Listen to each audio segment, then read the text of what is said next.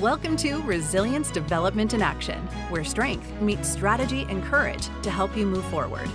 Each week, your host, Steve Bisson, a therapist with over 2 decades of experience in the first responder community, brings you powerful conversations about resilience, growth, and healing through trauma and grief.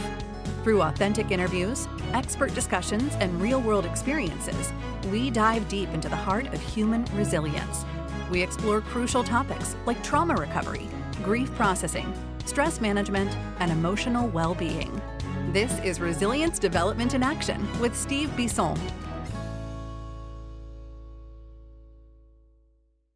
Welcome. Episode 221. If you haven't listened to episode 220, it was with my buddy Bill Dwinells. So go listen to it. We talked about Fortress, among other things, which hopefully that'll pique your interest and go listen to it. It's a new approach and adding another element to how we can support first responders on a regular basis. But episode 221 was with Deidre Gestrin. Deidre Gestrin is the founder of Abundant Wellness Essentials. She is a certified health coach and a licensed clinical professional counselor, LPC, who understands the challenges of high-perform careers. She is based out of Ohio. She's worked with private and governmental contracts, as well as the DOC in Idaho, Department of Corrections, for those who don't know what that means. Deidre is on a mission to help high-achieving professionals, as well as first responders, conquer burnout and thrive in their careers in the next few years. So she reached out to me on Facebook, and I can't wait to hear her interview. So here it is.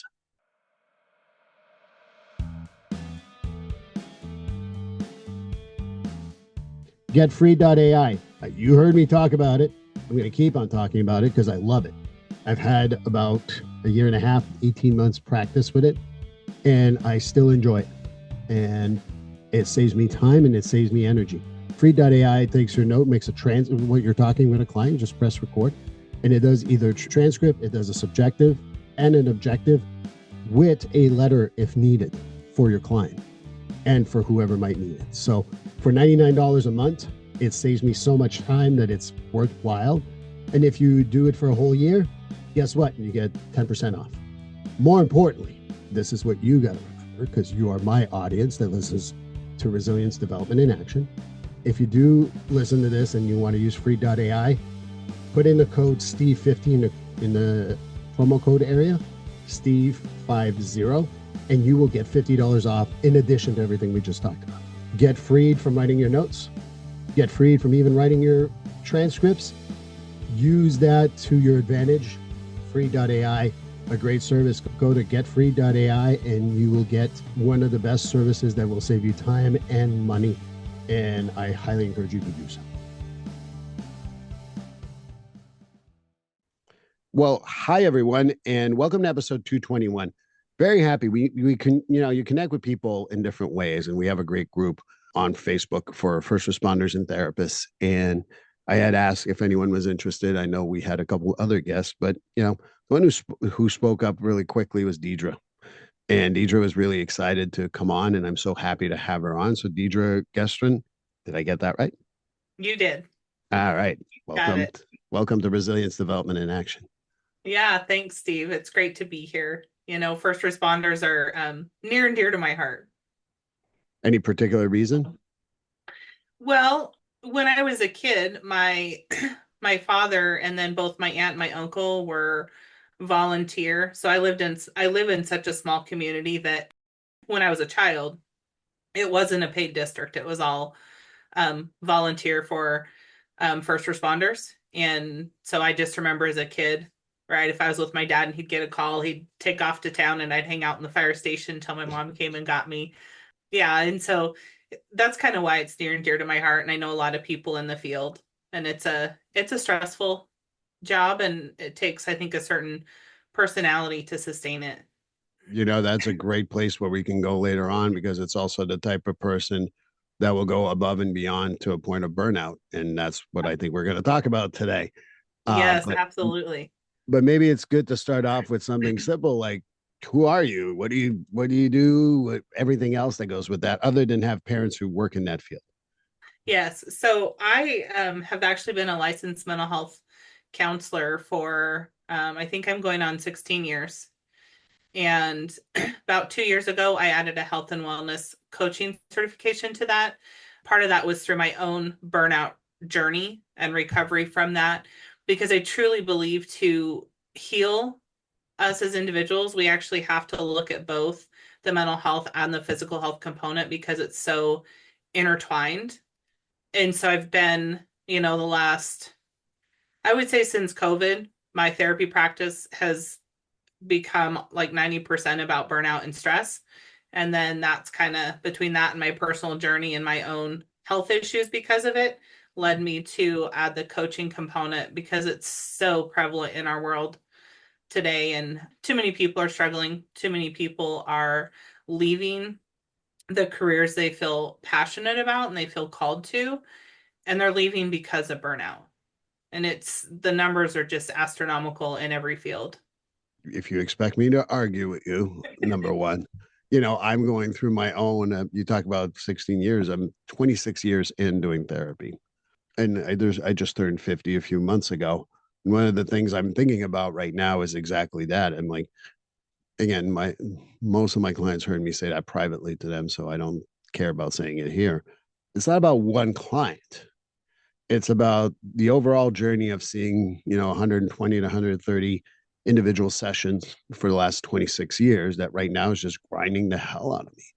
And I don't want to burn out. So I'm taking my time and looking at my options. I don't want to say I have which options I'm going to take and all that fun stuff, but I Right. am looking at those. And I'm trying to be truthful to myself instead of burning out and wanting to, fuck this field, because that's definitely not where I want to be. But we all have our own journeys with burnout. I'm assuming there's a story here. Deidre's going to tell me, oh, here's my story. So I hope that you can share that with, because I think it's always important. One of the things about first responders is they want that personalization. Oh, that's why you know a lot about this shit. Right. And I think that that's what they like the most. So, there's so many things you talked about, but that's the first question I have is, what's your personal experience with burnout?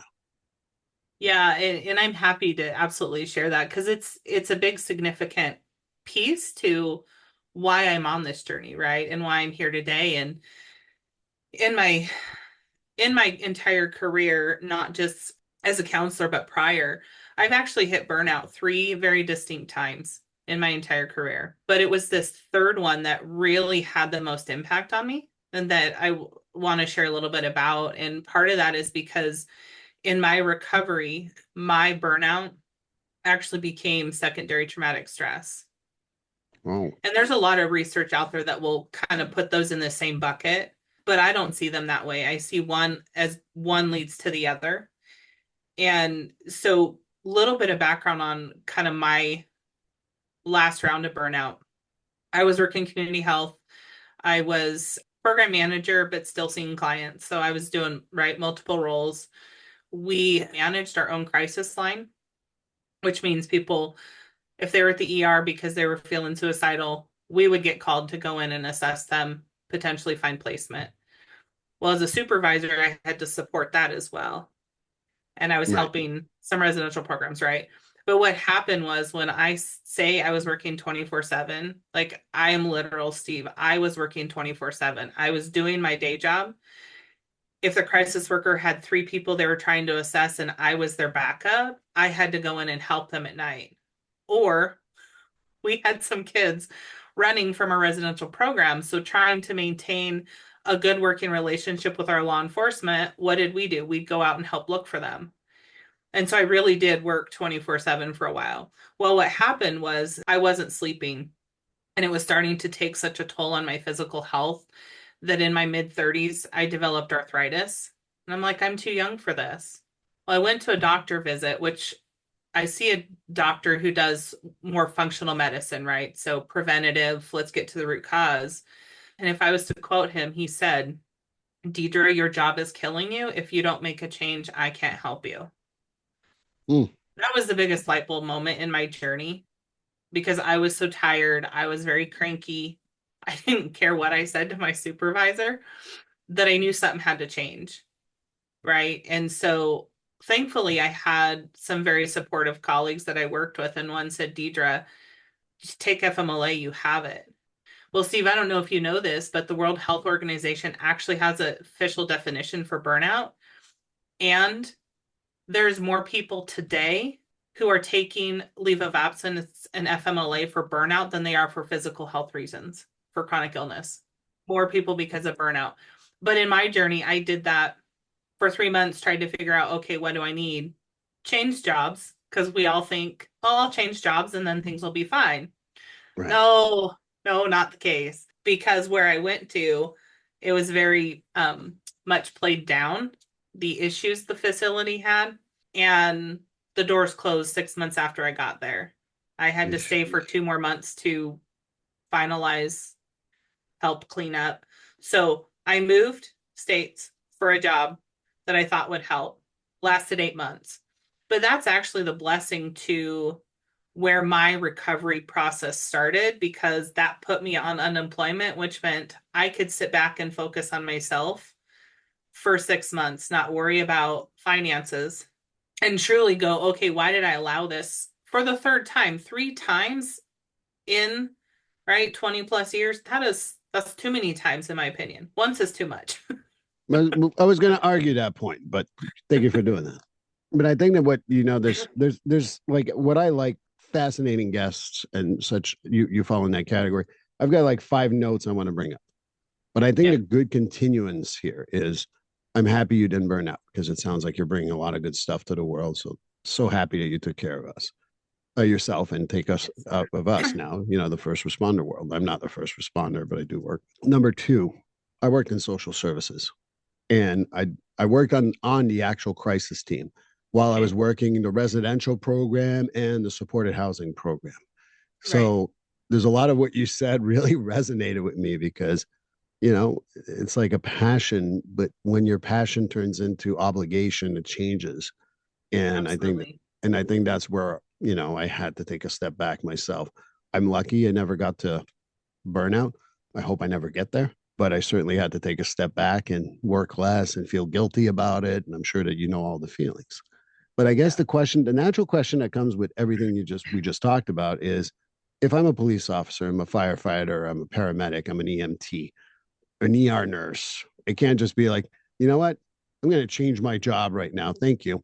Because I'm sure there's someone yelling at the radio saying, oh, yeah, I can walk away from being an officer. What the hell is she talking about? So how do you talk about that with a journey with first responders, particularly in regards to burnout and prevention and all that fun stuff? I think it's important to, explore that a job change doesn't necessarily fix it. Like, it can help in the moment, but if we're honest, right, if we look back at who gets into the field of first responding or any helping profession, because that's really what you and I also do, Steve, we get into it because we care, we want to help people, and that takes a certain personality, right?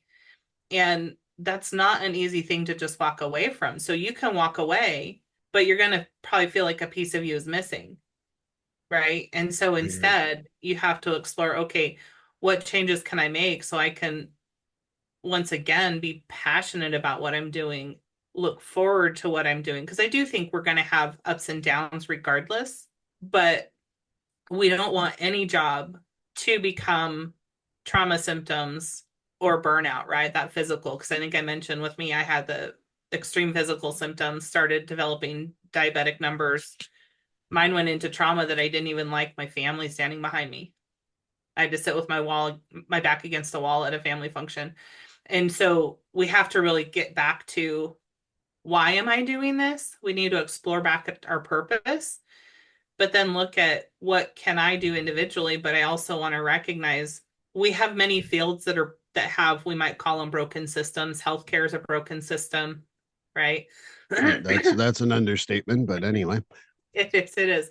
And so I don't want to discount, like, there's things organizations and companies also need to implement, which is another part of kind of my mission. But there are absolutely things that we can do individually, but we have to kind of ask ourselves what's important. We have to stay focused on that. And I think that what you just talked about is exactly, one of the things I've seen too, is that you said that, it goes into physical aspects. I do have a few first responders that I work with that have developed, like, for lack of a better word, autoimmune issues Yep. from being burnt out. And, you know, the medical profession's not too happy when we say, well, it's a symptomology of the burnout, not that they have an autoimmune issue. They get upset with that. And that's what I mean about the system being broken, because Yep. somehow physical health is above mental health. I don't understand. But how do we kind of like tell people, like, chill? I mean, you know, like to me, like it's that old saying, right? Has anyone ever calmed down by being told, hey, calm down? Oh, geez, that's a great idea. Let me just calm down. No, Right. no one's ever done that. So saying, yeah, you know what, chill or you're going to burn out. I know that in the helping profession that I work in, if you had ever told that to me and be like, okay, thank you. And I would have been like, yeah, no, until I was probably broken down completely. But anyway, Right. how do we get Right. people to like slow down? Because I think the other aspect that people seem to don't understand is that if you're not doing good within any organization, but particularly in the first responders, you only have 2 or 3 guys on with you. Fire and police is typically like that. You not doing well is affecting 2 or 3 other people, including their safety at times. So I think Right. that that's the other part too, is like, how do we tell people to chill and how do we explain a little bit of the effect on the team? Yeah, that's a great question. So several of the things that I really come back to when I work with individuals is we have to get back to a few basics. So we have to get back to things that regulate our nervous system, right? So instead of telling somebody to just chill out, I might tell them, take a 5-minute break and go for a walk and take some deep breaths, right? Get that nervous system to calm down. Because what people are not realizing is any form of stress, our body responds as if we're in survival mode. It is the exact same mechanism, right? And Right. so the higher and the longer we're in that state of stress, our body changes where that energy goes, which is why chronic illness or autoimmune diseases can develop because our body's not functioning normally. It's not digesting food the way it should be. And so anytime you can do things like take a 2-minute break and go walk, get a little movement, right? Get some of that deep breathing so you're not holding your breath because a lot of us hold our breath when we're stressed. It's all those things that's going to help in the moment because you're absolutely correct. If I'm stressed, I'm going to react a little more emotionally, which means the other person's not going to handle that well, right? Right. They're going to be like, wait, what's going on? And so then they're going to start being on edge around me, right? And going, should I say something or is she going to react? And that's where it starts to affect those around us because they're like, okay, I'm just going to stay away. But that doesn't work if you have to work as a team and there's not many of you. And I would agree with you 100%. Let me add a question slash my observation. When we're stressed, we up to a point where we're close to burnout, our judgment is worse. And the people I don't want their judgments to be fucked up is first responders. Right. Because even if it's not me, it might be a family member or someone I love or what have you. And so to me, I think, you know, that's the other explanation. I don't know if you agree, and maybe we can talk about it more. But to me, it's also like your judgment's affected when you're that stressed. And how do we communicate that? And does that even resonate, or am I completely in left field? Because I don't know everything. I'm just some guy. Well, you're actually 100% correct there. It changes because if we talk a little bit more scientifically, if you will, about our stress response, right? So if our stress response increases and that triggers our fight or flight response, the frontal cortex of our brain, where we reason, problem solve, make good decisions and judgment, turns offline. It is not even functioning, right?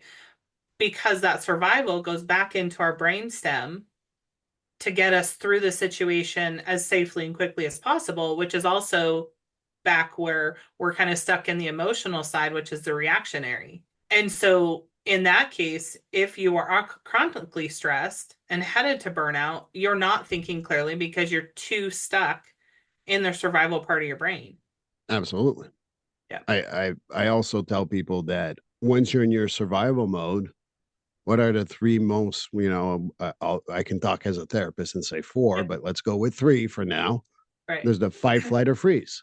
And Yep. then for all you therapists who are listening out there, I know about fawn. Okay. I know about it. I don't think cops and firefighters want to hear about fawning, although they encounter it regularly. But anyways, getting off subject. But I think that when you're in a fight or flight response, your judgment becomes razor sharp for one particular thing. this particular situation. And sometimes the threat that's occurring is not even real. It's one that you imagine in your mind or whatever, because of your burnout, because of where you're at. You don't sleep 24/7. I mean, your cognitive limitations are right there. And that's not an attack on anyone. It's just what it is. And I think that's the other part that's hard to explain, is that your cognitive abilities have diminished. And then fight flight, can be very beneficial if someone pulls a gun on you, or you got to do cardiac arrest or whatever. Those are great. But when it's simple, and I don't want to say a simple medical, I don't want to upset people, simple blank medical, and then you're overreacting to it because you're in fight or flight mode, that is not good for the team. That's not good for the person on the ground. Frankly, it's not good for anyone. Right. Absolutely. It's not good for anybody. So how do I get unburnt? I mean, to me, that's like, again, I'm going to play devil's advocate, but please understand, I get it, Deidre. Oh yeah, I'm going to walk away from a fucking shooting by going, let me go breathe for 5 minutes. Yeah, that's great advice, Deidre. So I'm playing devil's advocate purposefully. And if people think I'm an asshole, believe me, there's at least 4 people saying that in their brain already. So how do I tell someone, how do we do this whole walking away, relaxation, taking care of oneself, stuff like that? How do we communicate that? Yeah. So that's a great point and question. And you make a valid point, right? Because when we're talking first responders, you can't just walk away in the moment. It is not possible. It's not part of the job. What we can do, though, is we can do things before a call. We can do things right after a call, right? That are going to help in the moment. And so when we talk about, we'll stick with like taking deep breaths and going for a walk for a minute as an example. I work with a lot of high functioning people, right? High achieving people. We're talking leaders, we're talking tech as well, first responders. But what I have learned and I have seen repeatedly is when we build in throughout our day, we're just intentional to focus on taking those deep breaths throughout the day, right? So every time I'm cooking a meal or I'm washing my hands, and I am intentional with some slow, deep breaths, what that does is in the moment of stress, you don't have to think, I better take a deep breath to stay in my logical brain. Your body will naturally tap into that because you've been intentional and created as a habit, right? And so I'm all for what are habits we can create so then in those stressful moments, you can regulate and respond versus reacting in survival. So and I'm all about small steps, right? Because if we want this elaborate plan, who's going to do the elaborate plan? None of us, right? We go, that's too much. And so building small intentional habits throughout your day is what's going to help in the moment. The other thing I would say is things like if you prioritize getting quality sleep, your brain and your body recover. So then the next day, when you're back on shift, you're going to respond more effectively. But if you're not sleeping, you will be reactionary. And so there's a lot of things we can do outside of the shift. What's that? What do you mean? Right. Yeah. And there's actually some great YouTube videos on the benefits of sleep, TED Talks that I've seen. But it's those things. It's what are you doing intentionally? So I would say if we're back to, okay, on a call, you can't do anything. When you're done with a call, what do? Put it aside and just move on. Well, that's just building up that stress. So that's where I would say, can you take a few minutes and walk it off and let your brain process it? Is after the fact. All I can say is I agree with you wholeheartedly. And while you were talking, I took a couple of swigs of my water. Yeah. And that's the other one that I say is simple stuff like, taking a water break. And people are like, oh yeah. And then they down 16 ounces in about 2 seconds. Your body's going to reject it. That's just how it is. Right. You learn to go slowly and take a few sips. Your body will absorb it, will calm itself down. The regulation of water on the body is absolutely phenomenal. Yes. And the other part too, for those of you who will be saying, I'm making some sort of like advertisement. My advertiser, I don't advertise anything I don't believe in. My sleep number bed save my fucking life. Because I adjust the sleep and makes me sleep. It tells me how the quality of my sleep is. And I look forward to going to bed. Yes, it costs me a lot of money, and I get that. But to Right. me, if you're going to spend a third of your life, which is, by the way, you can look it up, that's what it is, on something, I might as well be fucking comfortable, enjoy it. And frankly, if it can give me data as to how I'm sleeping and everything else, the more the merrier. But I make Yeah. no money. You can choose whatever bed you want. This is not an advertisement, but why aren't we investing on our own mattresses? I just don't get it.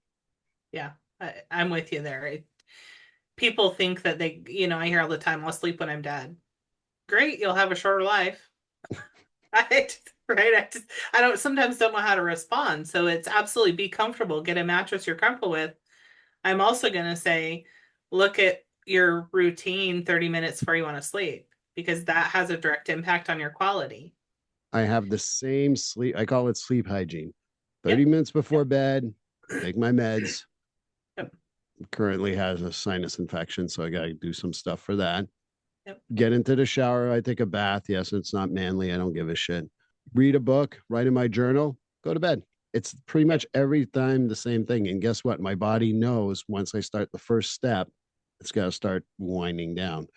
I try to Yep. avoid screens. I'm not saying I'm perfect. I do avoid screens, but Yeah. that Yep. sleep hygiene and setting that pattern up, even if you work first, second, or mids, it does not matter. If you're a firefighter, 24 on, one on, 24 off, and 24 on, find that sleep hygiene because your body will actually adjust. Even if it seems irregular, it actually is regular to go 24 on, 24 off, 24 on, 5 Mhm. off, or 4 off, depending on the departments, or Right. 3 Right. off for some others. I'm Yeah. not trying Yeah. to overgeneralize, but you got to get your body ready for sleep. Yeah. You make a great point there in that it's that routine you create because we're creatures of habit as humans, right? Right. And that routine does train our mind and our body. Oh, it's time to rest. And regardless of your your schedule, it works, right? I've worked with I had a tech individual is one that stands out in particular. So most of the time, sure, it's a traditional day job, right? But if they're updating software, what happens? They have to work all night. And it was not sleeping. And so we worked on this routine, which is similar to what you just described, which is similar to mine, right? A bath calms the body, journaling, reading calms the mind. And even on those on call nights or those nights he was up all the time to update stuff, his quality of sleep improved so much. He's just like, wow, you know. And so it really does speak to routine matters no matter the irregularity of a schedule. You create a pattern, you create a pattern, Yep. which, the first thing that the other stuff that you mentioned that I want to get back to, there's so many things, but you talked about patterns. And one of them is if your department feels called out, I'm calling you out. Sometimes you don't get an organization, particularly police, fire departments, Right. and they're not supportive of these type of these things, and they don't understand burnout. And burnout means, okay, we just got to replace them for 6 weeks, 6 months, whatever the case may be. How do we kind of like talk about to larger organizations, particularly, and again, yes, people with bars, you heard me say it about this, because when your officer burns out, your firefighter burns out, your EMT burns out, there's an impact on the whole team. It's not just that person that's impacted. So I think for one, we have to start with getting organizations to understand that burnout is a real problem. Most people in leadership are like, that's a individual problem. Burnout's not a problem. People just need to push through. But what I think they need to understand is somebody who gets burnt out, say to the point I did, right, that I shared earlier, it is a 2-year recovery to get back to who you are. 2 years. 2 years. And I can actually track certain data points in my own journey, right? 3 months, I noticed a small shift. Physically, I could move better than I was. 6 months, I felt like I could start to work again some, not necessarily jump right back into the same kind of situation I was. But I distinctly remember that 2-year mark. It was like a light bulb or a switch flipped in me, and all of a sudden I felt like myself again. 2 years, right? And I think organizations need to understand that. There are things, and we've talked about that individuals can do on an individual level, but on an organizational level, we have to recognize burnout is a real problem, and it will take people out of the job permanently if we're not careful, right? And then organizationally, it's what can you do to support that?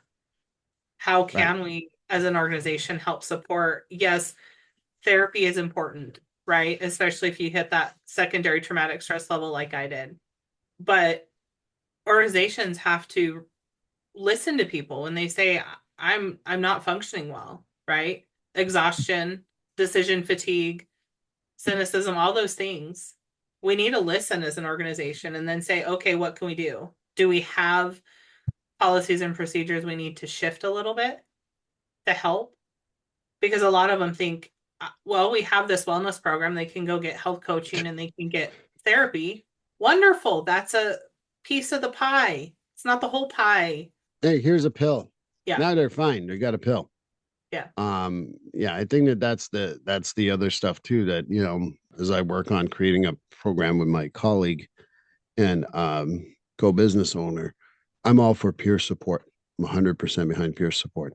I like crisis intervention, stress management. Yes, you can go do wellness visits, but Yep. you need all three in order for an organization to be effective. Yep. Because for some people, they won't react to one of them, and I don't want to pick on one of them. I'm just Yep. saying one of them. Right.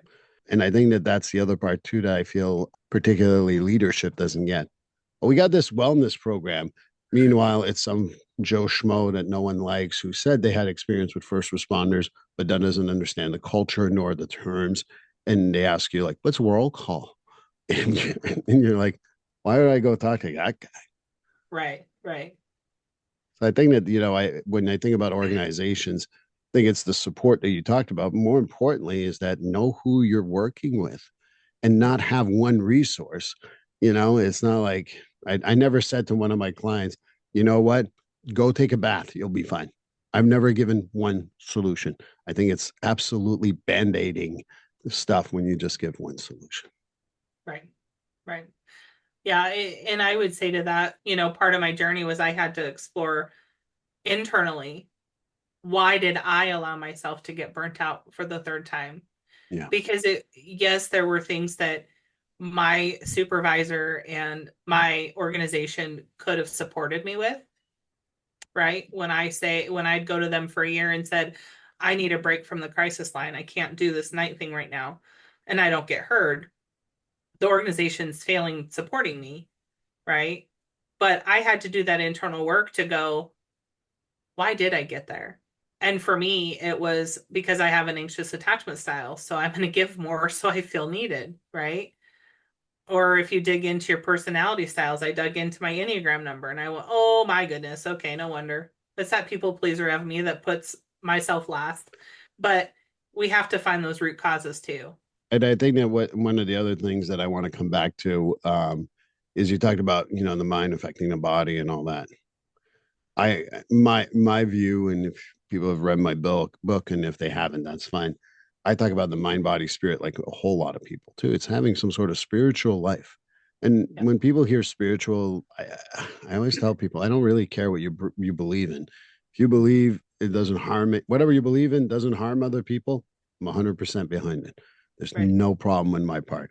But I think that that's the other part too. And I think that when you talk about burnout, is I think reconnecting to that spiritual side, whatever we'll say, God, goddess, God is God's, no God, but Right. spiritual. I mean, I don't really care. I mean, there's a lot of Native Americans that believe a tree is a God, and there's nothing wrong with that personally. And if that's where it brings you, it brings you. But I ultimately think that the burnout is also really, I'm looking for the right word here. It really is helped when you have a spiritual side on the other side. And it doesn't, and if you believe that we're dead and there's nothing and there's never been nothing, then that's also a spiritual belief. And you got to live like that. Because if that's the case, you want to leave a burnout body, you want to leave a burnout vision of yourself, or what do you want to do? That's still spiritual, in my opinion. Yeah. Yeah. And that's 100%. I would agree with that, right? In my program, I really have, like, you could search, right, these wellness dimensions online. And I felt like how they were they were viewed to me didn't fit, and that what you're saying there is 100% true. Our spiritual self has to be at the center because it is directly connected to what you believe your purpose is, right? Not just what you believe in, but it's Right. where your sense of purpose comes from. So if you're not connected and you don't have that, you're going to continue down this route of burnout. But that part really does kind of get to the core of what's going on with burnout. Well, I think we touched a lot of the stuff here on burnout. And, I think that you talked about managing it on an individual level, but sometimes we need help.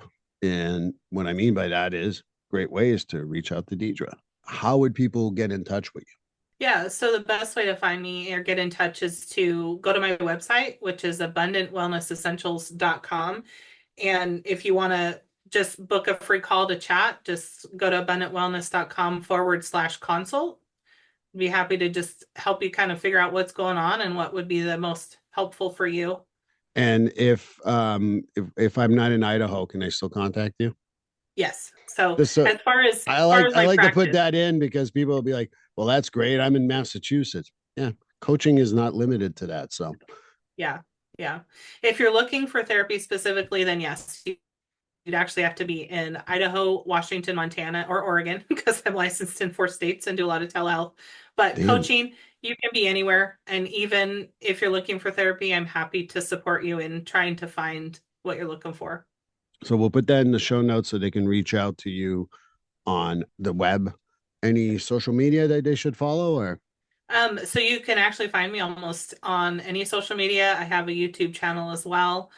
Most of my handles are either D Gestrin or YouTube might be Deidre Gestrin, full name. So either one, you can find me Facebook, LinkedIn, YouTube, Instagram, all of the above. And I'll make sure that people can reach you because I think this is so important talking about burnout, particularly my first responder people. But I want to thank you for your time. This was an awesome interview. Thank you so much. Yeah, thanks for having me, Steve. Well, thank you, Deidre. Really helpful. Go check her out on her website. Amazing conversation. And I hope you join us for episode 222. Please like, subscribe, and follow this podcast on your favorite platform. A glowing review is always helpful. And as a reminder, this podcast is for informational, educational, and entertainment purposes only. If you're struggling with a mental health or substance abuse issue, please reach out to a professional counselor for consultation. If you are in a mental health crisis, call 988 for assistance. This number is available in the United States and Canada.